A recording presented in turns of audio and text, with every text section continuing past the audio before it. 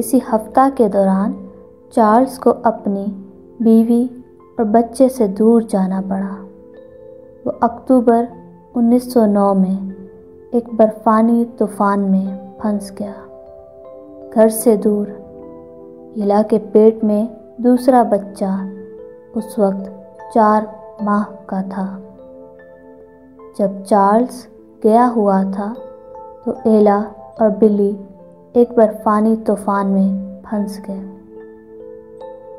ایلا پریشان تھی کہ ان کا کھانا کم ہوتا جا رہا تھا۔ جب آگ کی لکڑیاں باہر گر گئیں تب اس نے چمڑے کے بستے میں اپنے پاؤں لپیٹ لیے۔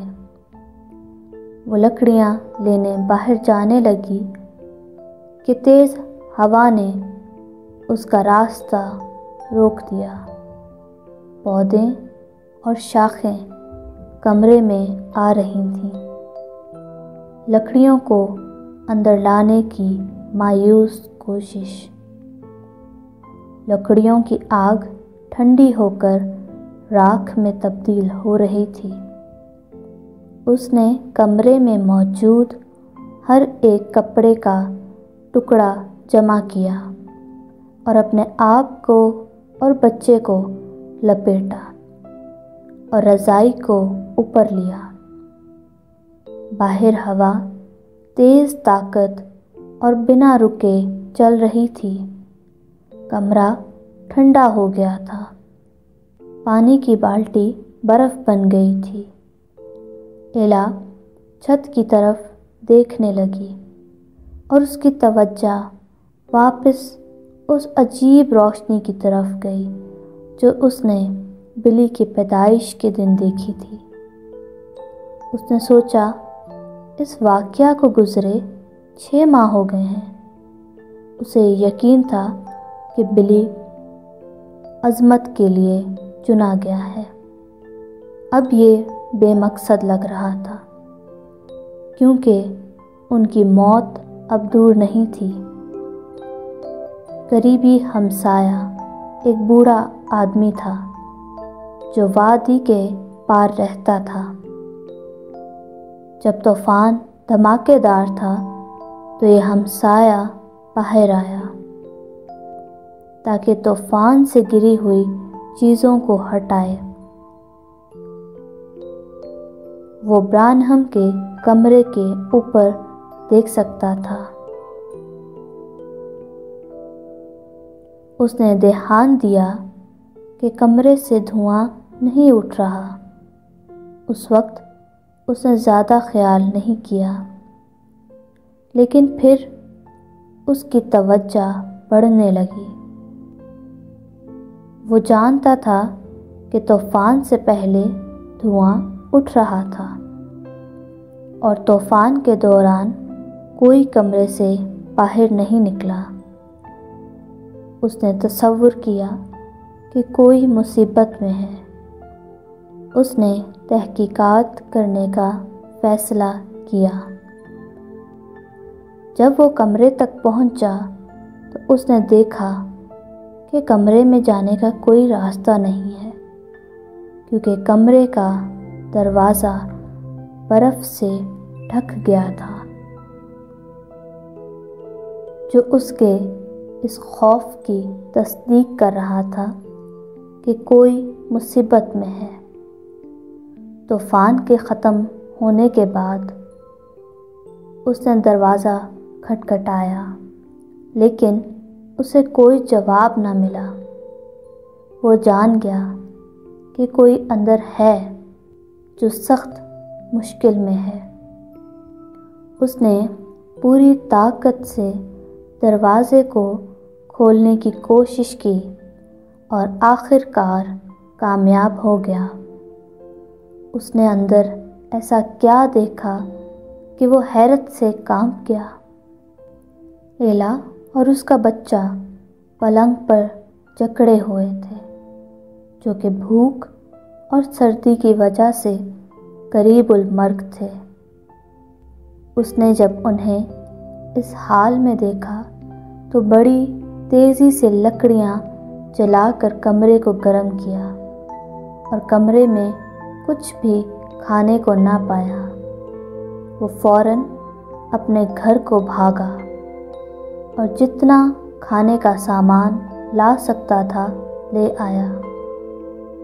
ڈاکٹر کو تو بلانے کا سوال ہی پیدا نہیں ہوتا تھا، تو بوڑھے آدمی نے جوان ماں اور چھوٹے بچے کی تیمارداری خود کی۔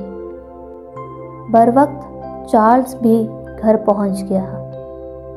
تب تک اس کی بیوی اور بیٹے کی حالت بہتر ہونا شروع ہو گئی تھی۔ سردی کے موسم میں چارلز نے اپنے گھر کے قریب ہی شکار کرنا شروع کیا اور شکار کا گوشت گھر میں جمع کرنا شروع کر دیا تاکہ گھر میں خوراک موجود رہے۔ بہار کے موسم میں جب برف پگھلنے لگی تو چارلز پھر سے لکڑیاں کاٹنے کو گیا۔ اس نے سوچا کہ وہ ایک بیل کے پیچھے لکڑیوں کا ایک ایک کر کے بڑا گٹھا باندھے اور گھسیٹتے ہوئے دریا کی طرف لے کر جائے، جہاں دوسرے لکڑہارے لے کر جاتے تھے تاکہ جمع کیا جا سکے اور اوہایو دریا اور مسز پائی تک پہنچائے۔ 1910 میں چارلز اور ایلا کا دوسرا بیٹا پیدا ہوا۔ انہوں نے اس کا نام ایڈورڈ رکھا۔ ایلا کو محسوس ہوا کہ ایک اور بچہ اس کے پیٹ میں ہے۔ ان کا تیسرا بچہ 1911 کے شروع میں پیدا ہوا۔ انہوں نے اس کا نام ہنری رکھا۔ 1911 کے بہار اور گرمی کے درمیانی حصہ نے انہیں ایک بار پھر لپیٹے میں لے لیا۔ چونکہ چارلز 17 بہن بھائیوں میں سب سے چھوٹا تھا، وہ بہت سے بے ڈھنگے استادوں کے ساتھ پلا بڑھا تھا۔ جبکہ وہ محض لڑکا ہی تھا، وہ وسکی پینا اور اپنی مٹھی سے تنازعات حل کرنا سیکھ گیا تھا۔ 1911 میں چارلز ایک تقریب میں گیا جہاں ایک جوان اور مضبوط آدمی نے شرارت کی اور ایک زبردست جھگڑا چھڑ گیا۔ کمرے میں موجود سب سے طاقتور آدمی بنام ویلی یاربرو تھا۔ وہ کود کر آیا اور چارلز کے دوست کو نیچے گرا دیا اور پھر اس کا چاقو نکالا اور وہ اس کے دل پر مارنے ہی والا تھا کہ چارلز نے کرسی ویلی کے سر پر دے ماری۔ چارلز پیچھے ہٹا اور اپنا چاقو نکالا۔ ویلی زمین پر پڑا آدمی چھوڑ کر چارلز کے پیچھے بھاگا۔ ویلی کو اگر موقع ملتا تو وہ چارلز کا گلا دبوچ لیتا۔ وہ ایک بے رحم آدمی تھا جس نے اپنے ہی بیٹے کو مار ڈالا تھا۔ جب اس جھگڑے کی خبر بروکسویل کینٹکی میں پہنچی تو چارلز پر قتل کا الزام لگ گیا۔ سردار اسے گرفتار کرنے آ رہا تھا۔ اس سے پہلے کہ وہ اسے ڈھونڈ پاتا، چارلز کو خطرہ محسوس ہوا اور اسے جلد ہی شہر چھوڑ کر جانا پڑا۔ وہ نہیں جانتا تھا کہ کہاں جائے گا اور کیا کرے گا۔ اس سے پہلے کہ وہ چھوڑتا، اس نے اپنی بیوی سے وعدہ کیا کہ جتنی جلدی ہو سکے وہ مکان ڈھونڈے گا اور وہ اسے ایک فرضی نام سے خط لکھے گا تاکہ کوئی بھی اسے ڈھونڈ نہ پائے۔ وہ دوپہر کے فاصلے میں اپنی بیوی اور 3 بچوں کو چھوڑ کر غائب ہو گیا۔ اس وقت بلی 2.5 کا، ایڈورڈ 1.5 کا اور ہنری 6 ماہ کا ہوا۔ کچھ ہفتوں کے بعد ایلا کو محسوس ہوا کہ چارلز اپنا کچھ حصہ اس میں چھوڑ گیا ہے۔ ایلا پھر حاملہ ہوئی۔ اس کو لگ رہا تھا کہ وہ ایک ڈراؤنا خواب دیکھ رہی ہو۔ وہ ایک الگ تھلگ کمرے میں 3 بچوں کا خیال رکھنے کی کوشش کر رہی تھی۔ اس کے پاس نہ دولت تھی اور نہ ہی طاقت۔ وہ جانتی تھی کہ اس کے رشتہ دار بھی اس قابل نہیں کہ ان سے مدد مانگی جا سکے۔ اس نے سوچ لیا کہ اب وہ زندہ نہیں رہے گی۔ آخر کار موسم بدلا اور زمینی حقائق بدلنا شروع ہوئے اور اس کی طبیعت بہتر ہونے لگی۔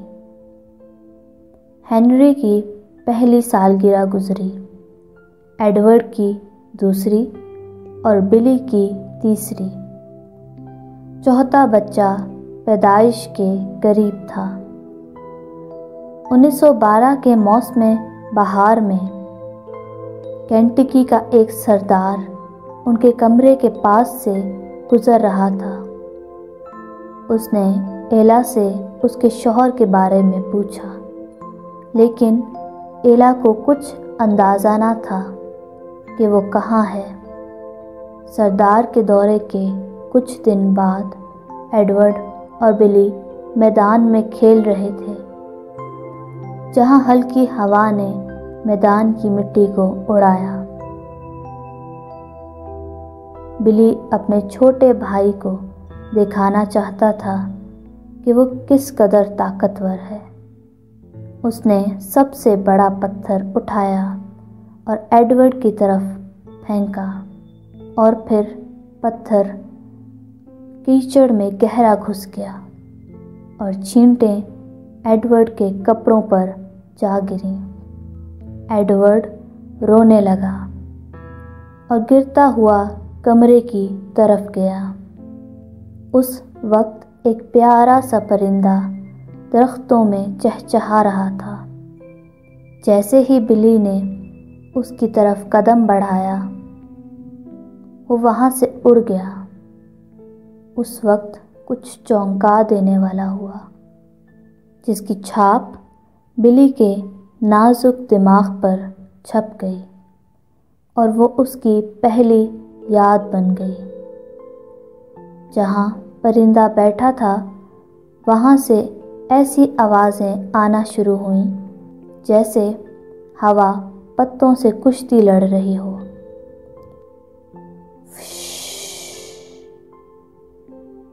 پھر درخت سے صاف انسانی آواز آئی جس نے کہا، تم ایک شہر میں رہو گے جو نیو البنی کہلاتا ہے۔ بلی خوف سے چیختے ہوئے اتنی تیزی سے کمرے کی طرف دوڑا جتنی تیزی سے اس کی چھوٹی ٹانگیں لے جا سکتی تھیں۔ وہ چلایا، ماما ماما۔ ایلا ایڈورڈ کے کپڑوں سے کیچڑ صاف کر رہی تھی۔ اس نے اپنے پہلوٹے کو بوسہ دیتے ہوئے پوچھا، کیا ہوا ہے؟ بلی نے کہا، ایک پرندے نے مجھ سے بات کی ہے ماما، میں نے اسے درخت پر گاتے سنا ہے۔ اس نے مجھ سے بات کی ہے، اس نے مجھ سے بات کی ہے۔ ایلا ہنسی، بچے تم خواب دیکھ رہے ہوگے۔ لیکن بلی بضد ہوا، ماما اس نے مجھ سے بات کی ہے، میں نے اسے سنا ہے، میں نے اس کی آواز سنی ہے۔ ایلا نے اسے چھیڑتے ہوئے پوچھا۔ اچھا، پھر اس نے کیا کہا؟ ایلا اب بھی یہی سوچ رہی تھی کہ یہ اس کا اپنا خیال ہوگا۔ اس نے کہا ہے کہ ہم ایک شہر کے پاس جائیں گے جو نیو البنی کہلاتا ہے۔ اس کے جواب نے اسے چونکا دیا۔ یہ اس کی من گھڑت کہانی نہیں لگ رہی تھی۔ ایلا نے کمرے سے باہر قدم رکھا اور درختوں میں چلانے لگی، ہیلو، کیا کوئی یہاں ہے؟ جب وہ واپس اندر آئی تو بلی نے پوچھا، نیو البنی کہاں ہے؟ یہ نیو انڈیانا کا ایک قصبہ ہے، دریا کے پار کینٹکی سے میلوں دور۔ بلی، تم نے یہ نام کہاں سے سنا؟ میں نے کبھی نہیں سنا، اس پرندے نے مجھ سے بات کی ہے ماما۔ کب ہم وہاں رہنے کے لیے جائیں گے؟ کیا وہاں پاپا بھی ہمارے ساتھ رہیں گے؟ ایلا نے اپنا سر ہلایا۔ کئی ہفتوں کے بعد، ایک لمبے انتظار کے بعد، چارلز کا خط پہنچا۔ ایلا میز پر بیٹھی لفافے کو گھور رہی تھی۔ اس نے لفافہ اپنی تھر تھراتی انگلیوں میں پکڑا ہوا تھا۔ بلی اپنے پنجوں پر کھڑا ہوا اور میز پر جھانکنے لگا۔ ماما، اسے کھولیں۔ ایلا پریشانی سے مسکراتے ہوئے کہنے لگی، بالکل، ہم نے اس کا لمبے عرصے سے انتظار کیا ہے، اب مزید انتظار کیوں کریں؟ اس نے احتیاط سے لفافے کی مہر کو کھول کر لفافے کو پڑھنا شروع کیا۔ چونکہ اس کا باپ اسکول میں معلم تھا، اس نے اچھی تعلیم حاصل کی تھی، لیکن چارلز تو تقریباً اسکول نہ گیا تھا اور وہ پڑھ لکھ نہیں سکتا تھا، یہاں تک کہ اپنا نام بھی نہیں۔ اس کا ایک بھائی جو لوئس ویل میں رہتا تھا، اس نے اس کے لیے خط لکھا۔ بلی نے کہا، ماما، یہ کیا کہتا ہے؟ اس نے جو پڑھا وہ بتایا۔ یہ کہتا ہے کہ تمہارے پاپا انڈیانا میں ہیں۔ انہوں نے مستحکم کام اور رہنے کی جگہ کا بندوبست کیا ہے، اور وہ چاہتے ہیں کہ ہم بھی وہاں جائیں۔ یہ ایک چھوٹا سا قصبہ ہے جو یوٹیکا کہلاتا ہے، لگ بھگ 10 میل شمال مشرق کے۔ وہ اچانک خاموش ہو گئی اور حیرانگی سے اپنے 3 سالہ بچے کو دیکھنے لگی۔ یہ کیسے ممکن ہو سکتا ہے؟ بلی نے پوچھا۔ کہاں ماما؟ یوٹیکا کہاں ہے؟ ایلا نے آہستہ سے کہا۔ بلی، ہم نیو البنی انڈیانا شمال مشرق 10 میل دور رہنے جا رہے ہیں۔ And then I remember one day the spring, this little cabin was just behind the house, and during that time, after there's 11 months difference between me and my next brother, and he was still crawling, and I had a big rock in my hand, and I was trying to show him how hard I could throw this rock in the old mud where the spring had run out of the ground and made the muddy ground, and I heard a bird, and it was singing up in a tree. And I looked up to that tree, and the bird flew away. And when it did, a voice spoke to me. I know you think I could not think and remember that, but the Lord God who judged the earth and the heavens and all there is knows that I'm telling the truth. that bird, when it flew away, a voice came from where the bird was in the tree like a wind caught in the bush, and it said, "You'll live near a city called New Albany." And I've lived from the time I was 3 years old until this time within 3 miles of New Albany, Indiana. I went in and told my mother about it. Well, she thought I was just dreaming or something.